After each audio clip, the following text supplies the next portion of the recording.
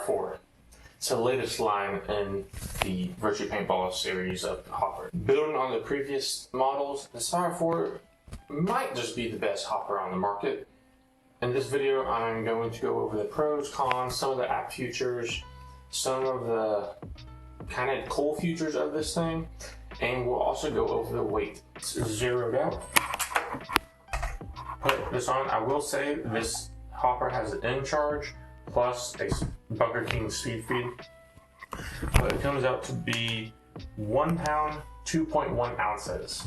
I don't know if it matters, but I've had this hopper for a little over a year now, and the only time it has ever jammed on me is whenever I was at a tournament and the paint kind of like melted together a little bit because it was kind of warm, and then it was like 3 paintballs in one.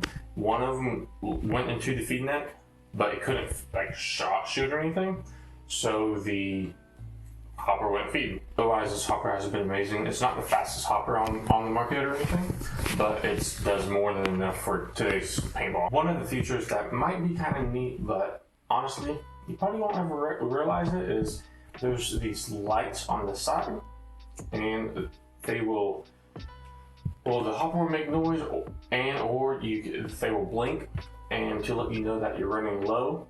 The noise part is more helpful than the light, because really you never pay attention to this light. I can't even, whenever you're playing, you might see it if you were looking for it. You can kind of modify those settings and stuff in the app, which we will review here in a little bit. Unfortunately, not everything with this hopper is perfect. I've had 2 issues with this. One, which isn't as big of a deal, is the hopper will keep on feeding, and I've cleaned the whole thing.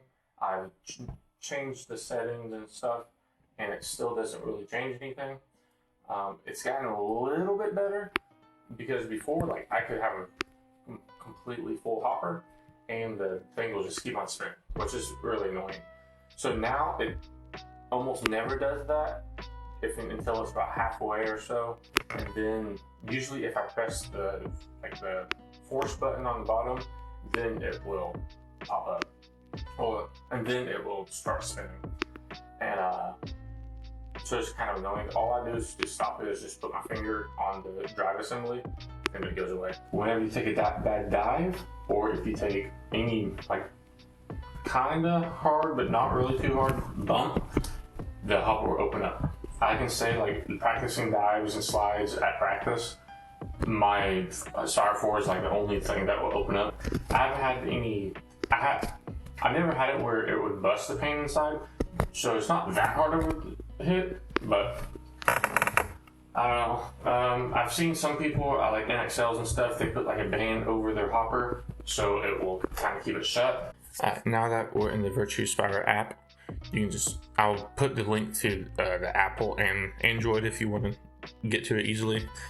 On the firmware update, you just press firmware, and then you go to whatever device you have, and then if you press this question mark, it'll tell you exactly how to connect your hopper to upgrade mode. If you need help with this, just send me a message down below, and I'll walk you through it. But all you do is you press update firmware, it would find your hopper, and then you just wait.